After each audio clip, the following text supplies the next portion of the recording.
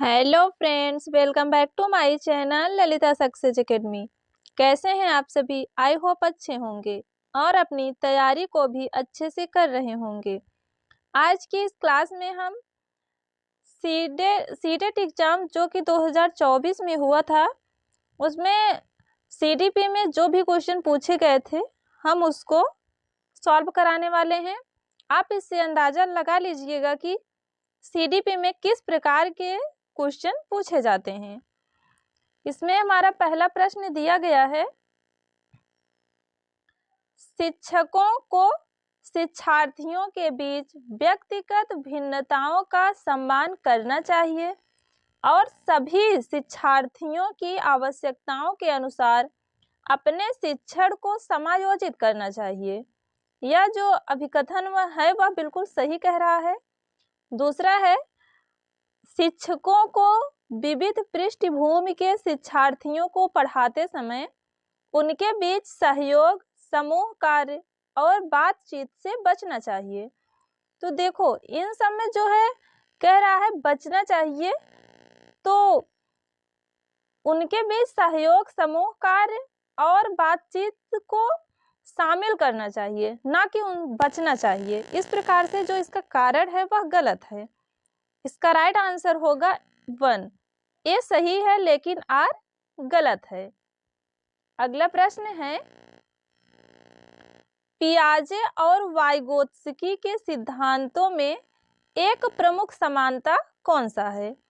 बच्चों की स्वयं की शिक्षा में संलग्नता और जुड़ाव, संज्ञानात्मक प्रक्रियाओं में संस्कृत की भूमिका, भाषा और विचार के बीच संबंधों के बारे में उनके चिंतन, बच्चों के विकास के चरण जैसी प्रगति पर ध्यान। तो क्वेश्चन में यह पूछ रहा है कि पियाजे और वाइगोत्स्की के जो सिद्धांत हैं उन दोनों में समानता किस चीज में है? इसका राइट आंसर होगा 1, बच्चों की स्वयं की शिक्षा में संलग्नता और जुड़ाव। अगला प्रश्न है,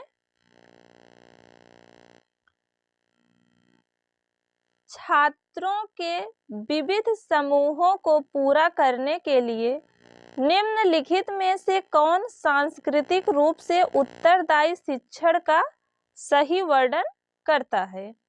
सुविचारित, अनुकूलित, विभेदित या फिर मानकीकृत? देखो, यह जो मानकीकृत है यह निगेटिव टैग वर्ड है। इससे हम पता कर सकते हैं कि इसमें से कौन सा आंसर नहीं होगा।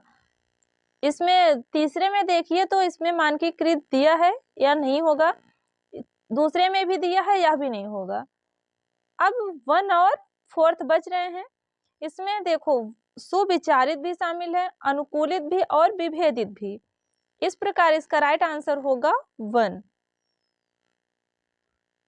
हमारा अगला प्रश्न है, जीन पियाजे के अनुसार बच्चे वयस्कों से किस प्रकार भिन्न हैं? बच्चों की सोच वयस्कों के से गुणात्मक रूप से भिन्न होती है। बच्चों की सोच मात्रात्मक रूप से वयस्कों से भिन्न होती है।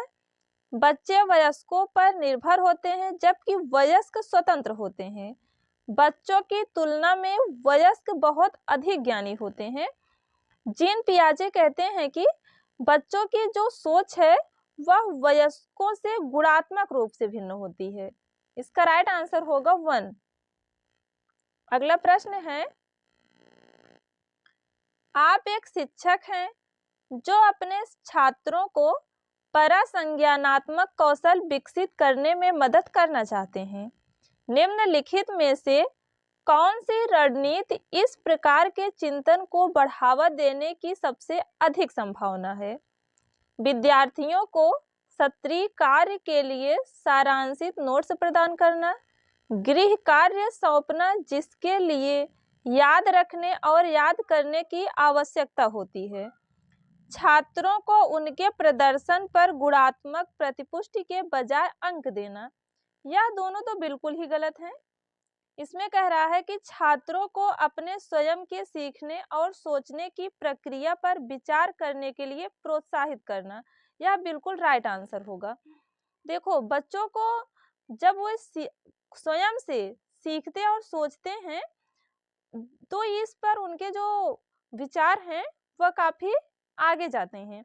तो हमेशा बच्चों को ना स्वयं से सीखने और सोचने की जो प्रक्रिया पर विचार करने के लिए प्रोत्साहित करना चाहिए, ना कि हतोत्साहित करना चाहिए। अगला प्रश्न है, लेओ वाइगोत्स्की के अनुसार भाषा और विचार के बीच क्या संबंध है? भाषा और विचार एक दूसरे से स्वतंत्र हैं। भाषा और विचार विकास की जटिल विनिमय प्रक्रियाएं हैं। भाषा विचार को आकार नहीं देती है, विचार भाषा को आकार देते हैं। इसका राइट आंसर होगा 2। भाषा और विचार जो है वह विकास की जटिल विनिमय प्रक्रियाएं हैं।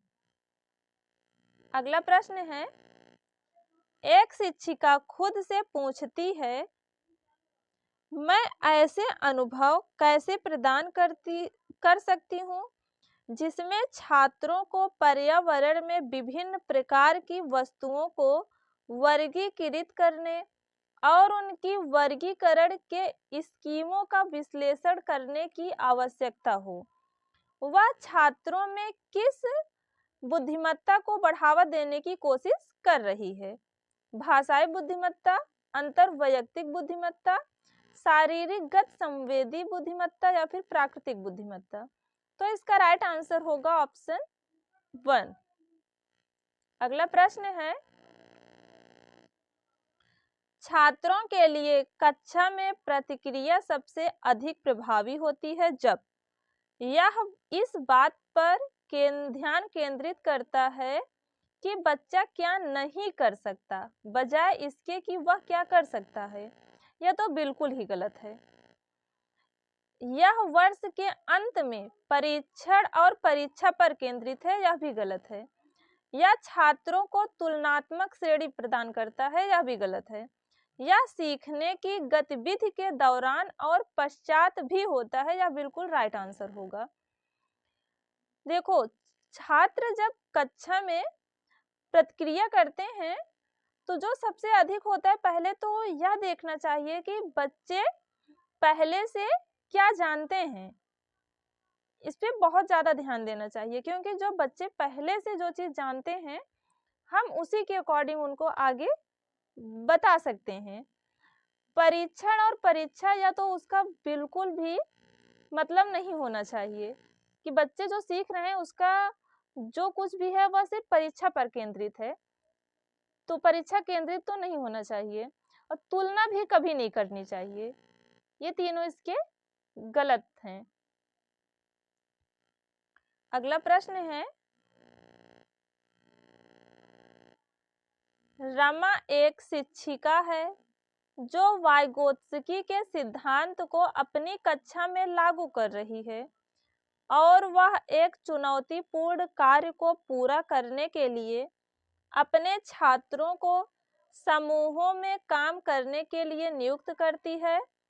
कार्य के दौरान एक छात्र एक महत्वपूर्ण संकल्पना को समझने के लिए संघर्ष करता है।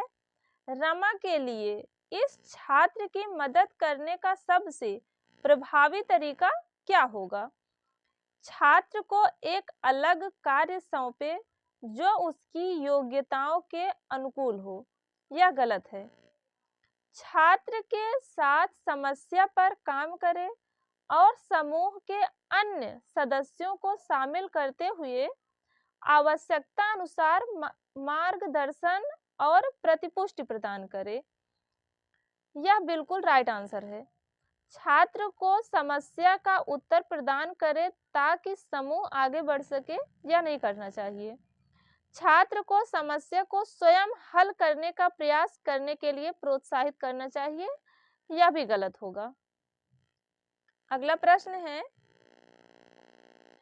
भावनाओं, व्यक्तित्व और सामाजिक संबंधों में परिवर्तन और स्थिरता किस विकास में शामिल है? मनोसामाजिक विकास, व्यक्तित्व विकास, भावनात्मक विकास या फिर संज्ञानात्मक विकास? इसका राइट आंसर होगा ऑप्शन 1। अगला प्रश्न है, रचनावादी शिक्षण विद्यार्थियों को अधिगम की ओर ले जाता है, यंत्रवत, ग्रहणशील, खोज आधारित या फिर अर्थहीन। तो रचनावादी शिक्षण जो है वह खोज आधारित होना चाहिए। यदि खोज आधारित होगा तो वह बच्चों को अधिगम की ओर ले जाएगा। इसका राइट आंसर होगा थर्ड। अगला प्रश्न है, प्रगतिशील शिक्षा में बच्चों को किस तरह देखा जाता है? ज्ञानवर्धक और अर्थ की रचना करने वाले, कमजोर और सुरक्षा की जरूरत में, मासूम और आश्रित, आज्ञाकारी और केवल ज्ञान का उपयोग करने में सक्षम। इसका राइट आंसर होगा 1, ज्ञानवर्धक और अर्थ की रचना करने वाले। अगला प्रश्न है, जीन पियाजे के संज्ञानात्मक विकास का सिद्धांत यह बताता है कि पाठ्यक्रम को बच्चों के आयु समूह व चरण को ध्यान में रखकर तैयार किया जाना चाहिए। शिक्षण का बल गतिविधि के परिणाम पर होना चाहिए, न कि सोचने की प्रक्रिया पर। व्यवहार को दंड और पुरस्कारों के माध्यम से अनुकूलित करना चाहिए। अवधारणाओं को जटिल से सरल के क्रम में सिखाया जाना चाहिए। जीन पियाजे कहते हैं कि कभी भी जो अवधारणा है वह जटिल से सरल नहीं बल्कि सरल से जटिल की ओर होना चाहिए। व्यवहार को दंड और पुरस्कार के माध्यम से अनुकूलित किया जाना चाहिए। दंड जो है यह बच्चों के शिक्षण में शामिल नहीं किया जाता है। शिक्षण का बल गतिविधि के परिणाम पर होना चाहिए, यह भी गलत है। जीन पियाजे का जो संज्ञानात्मक विकास है वह सिद्धांत बताता है कि पाठ्यक्रम को बच्चों के आयु समूह व चरण को ध्यान में रखकर तैयार किया जाना चाहिए। यह इसका बिल्कुल राइट आंसर होगा। अगला प्रश्न है, महारत हासिल करने के लक्ष्य निर्धारित करने से छात्र की अभिप्रेरणा और योग्यता के बारे में विचार कैसे प्रभावित होते हैं? यह अक्सर योग्यता के स्थिर दृष्टिकोण में बढ़ी हुई बाहरी अभिप्रेरणा और विश्वास को दर्शाता है। यह अक्सर योग्यता के वृद्धिशील दृष्टिकोण में बढ़ी हुई बाहरी अभिप्रेरणा और विश्वास को दर्शाता है। यह अक्सर योग्यता के स्थिर दृष्टिकोण में बढ़ी हुई आंतरिक अभिप्रेरणा और विश्वास को दर्शाता है। यह अक्सर योग्यता के वृद्धिशील दृष्टिकोण में बढ़ी हुई आंतरिक अभिप्रेरणा और विश्वास को दर्शाता है। देखो, इसमें जो पहले में दिया गया है कि बाहरी अभिप्रेरणा, कभी भी जो उनकी अभिप्रेरणा है, मोटिवेशन है, वह बाहरी नहीं होनी चाहिए बल्कि आंतरिक होनी चाहिए। तो इस दोनों में बाहरी दिया है, इस प्रकार यह दोनों गलत हो जाएंगे। तीसरे में कह रहा है कि स्थिर दृष्टिकोण, तो स्थिर नहीं होना चाहिए। इस प्रकार इसका राइट आंसर चौथा होगा। अगला प्रश्न है, किशोरावस्था के दौरान जेंडर अपेक्षाओं के अनुरूप स्त्रीत्व या पुरुषत्व की परंपराओं का पालन करने के लिए दबाव बढ़ जाता है। जेंडर और जेंडर भूमिकाएं जैविक रूप से निर्धारित की जाती हैं। इसका जो अभिकथन है यह बिल्कुल सही है, लेकिन कारण गलत है। किशोरावस्था के दौरान जेंडर अपेक्षाओं के अनुरूप स्त्रीत्व या पुरुषत्व की परंपराओं का पालन करने के लिए दबाव बढ़ जाता है, बिल्कुल सही है। इस प्रकार इसका राइट आंसर होगा 1। ये सही है लेकिन आर गलत है। अगला प्रश्न है, शिक्षकों को विद्यार्थियों के बीच बहस, चर्चा और सहयोग को प्रोत्साहित करना चाहिए। यह बिल्कुल सही कह रहा है। ज्ञान उत्पादन एक निष्क्रिय प्रक्रिया है और सामूहिक गतिविधियों में संलग्नता अर्थपूर्ण अधिगम में बाधा डालता है। यह बिल्कुल ही गलत कह रहा है। ज्ञान एक निष्क्रिय प्रक्रिया नहीं है, यह एक सक्रिय प्रक्रिया है। सामूहिक गतिविधियों में या अर्थपूर्ण अधिगम में बाधा नहीं डालता है, इस प्रकार यह गलत है। इसका राइट आंसर होगा 1। ए सही है लेकिन आर गलत है। अगला प्रश्न है, निम्नलिखित में से क्या दृष्टिबाधित विद्यार्थियों को कक्षा में भागीदारी लेने में बाधा डालता है? उभरी हुई रेखा चित्र और मानचित्र, ग्राफिक सामग्री के स्पर्शनीय तरीके, इलेक्ट्रॉनिक रूप से प्रारूपित व्याख्यान प्रतिलेखन, मुद्रित पाठ्य पुस्तकें और नोट्स। जब बच्चा अगर पहले से ही दृष्टिबाधित है तो उसमें मुद्रित पाठ्य पुस्तकें और नोट्स किसी काम की नहीं होंगी। इसमें पूछ रहा है कि दृष्टिबाधित विद्यार्थियों को कक्षा में भागीदारी लेने में बाधा कौन सा डालेगा, तो यही इसका चौथा ऑप्शन सही होगा, मुद्रित पाठ्य पुस्तकें और नोट्स। अगला प्रश्न है,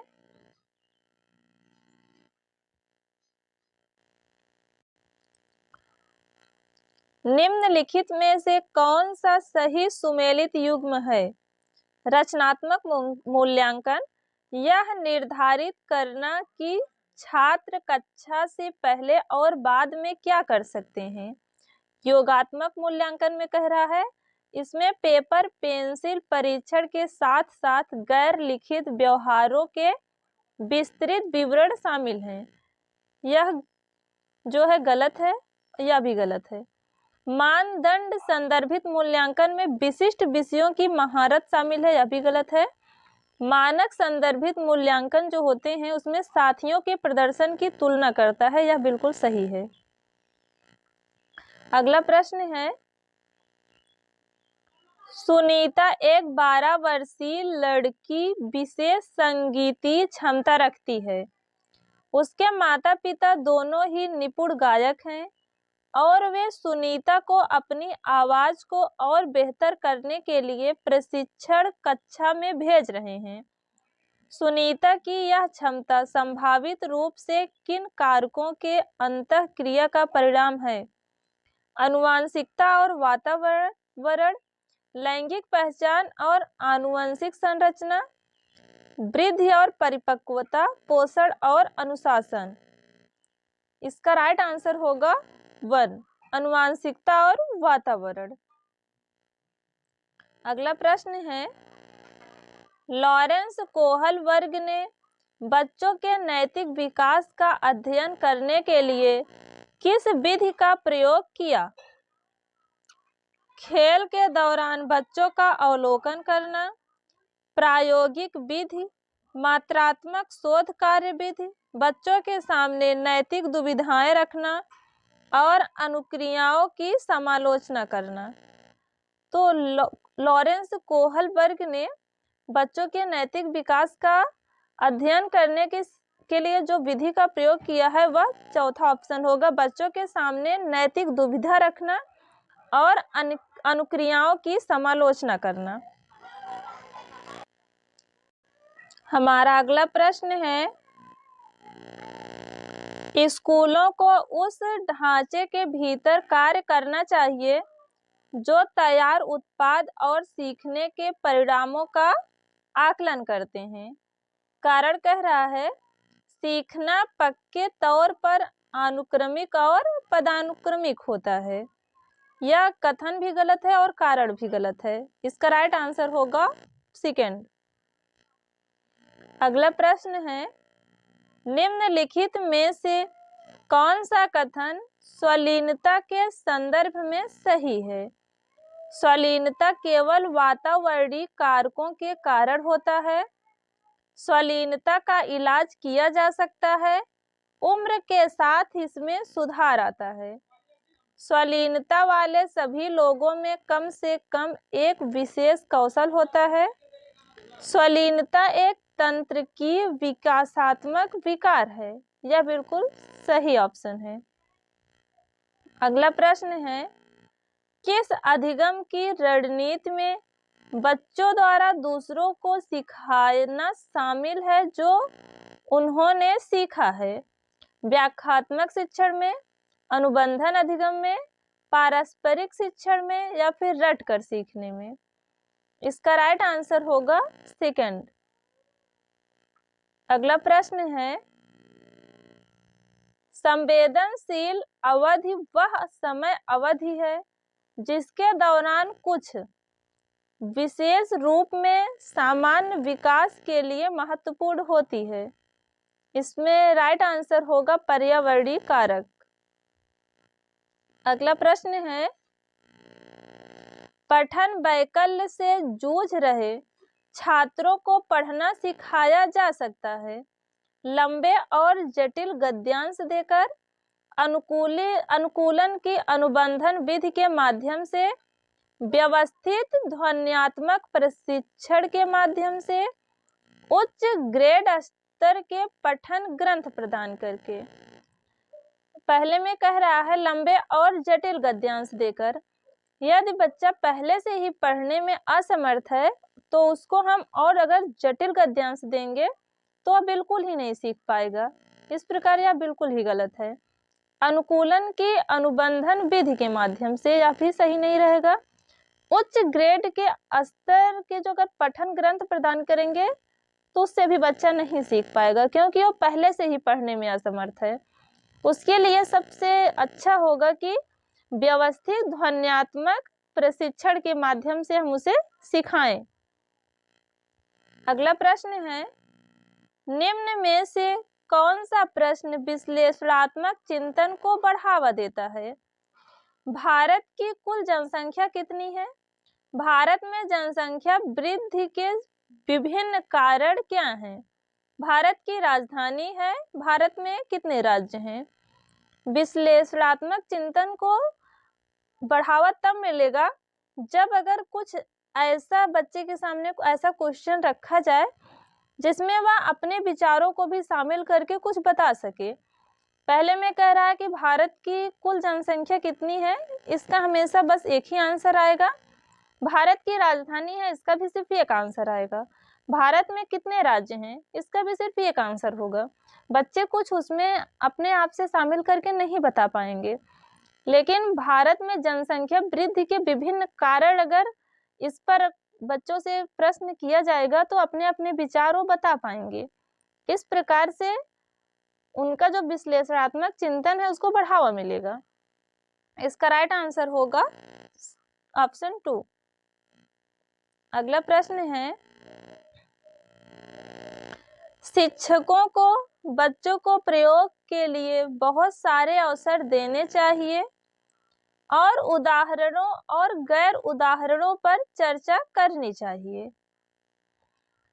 बच्चों में गलत धारणाओं से निपटने का एक रचनात्मक तरीका विपरीत उदाहरण प्रदान करना है। इसका कथन भी सही है और कारण भी सही है और यह कथन ये जो है वह आर की व्याख्या भी कर रहा है। इस प्रकार इसका राइट आंसर होगा 3rd। अगला प्रश्न है,